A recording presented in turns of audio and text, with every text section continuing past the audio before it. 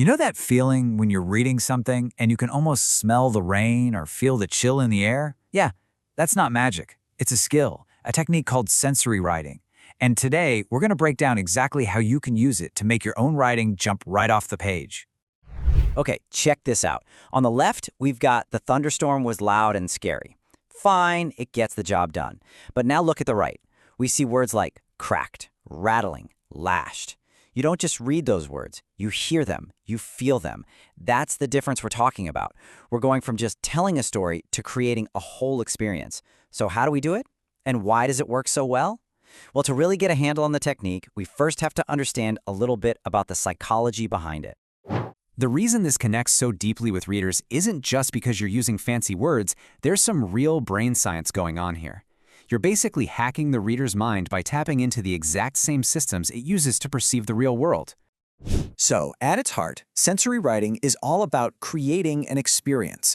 You're not just telling someone a room was beautiful. No, you're giving them the raw data, the way the light hit the dust motes, the texture of the velvet chairs, the faint scent of old books, and you're letting them decide that it's beautiful. You're building a world, not just describing it. And here's why that works so well. Our brains are hardwired to process the world through our five senses. So when your writing feeds it those same inputs, the smell of brewing coffee, the feeling of a rough brick wall, it kind of bypasses the analytical part of the brain and creates this direct, gut-level emotional connection. All right, let's get practical. Think of your five senses as the 5 essential tools in your writer's toolkit. Let's take a quick look at each one. Sight is the one we all lean on, but we can do so much better than just listing colors. Instead of red and yellow leaves, look at the upgrade, like stained glass, bleeding into golden amber. See that? It's not just about the color, it's about how light is playing with the object. That's way more vivid. Now, sound is where you create mood. The wind was loud. What does that even mean? But the wind howled like a wounded animal. Whoa, now I feel isolated. I feel the cold. The key here is using powerful, specific verbs and comparisons that really define the character of the sound. Okay, let's talk about the secret weapon, smell. It's the sense most directly wired to our memories and emotions. So instead of just saying, the room smelled like flowers, getting specific with heady gardenias and jasmine makes the air feel thick, almost intoxicating. It's like an instant teleportation device for your reader. Taste is probably the most underused sense in writing, which means when you use it well, it has a huge impact.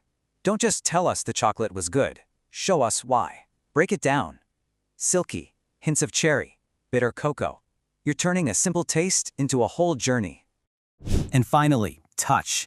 This is what makes your world feel real and solid. A blanket isn't just soft. Describing it as being like spun silk that's cocooning you against the bitter cold, well, suddenly the reader can physically feel both that incredible comfort and the harsh world outside. Okay, so we've got our 5 basic tools down. Now let's talk about how to combine them and really level up your paragraphs to build descriptions that people won't forget. The very first step, and maybe the easiest, is just picking stronger, more specific words. It's all about finding that one perfect word that does the work of 3 boring ones. So let's swap out those generic words for something with a little more punch. Instead of cold, you could say frigid or biting. Instead of loud, how about deafening or piercing? Each one of these alternatives paints a much clearer, more specific picture in the reader's head. Metaphors and similes are basically cheat codes for sensory writing. They work because they connect a new sensation to something the reader already knows intimately. So when you call perfume invisible silk, you instantly give an abstract smell a tangible, luxurious texture. It's brilliant. And this is where it all comes together. The real magic happens when you start layering these senses. A great description isn't just one thing. In this marketplace, you get the rhythmic chants, that's sound, and the towering pyramids of spices, that's sight.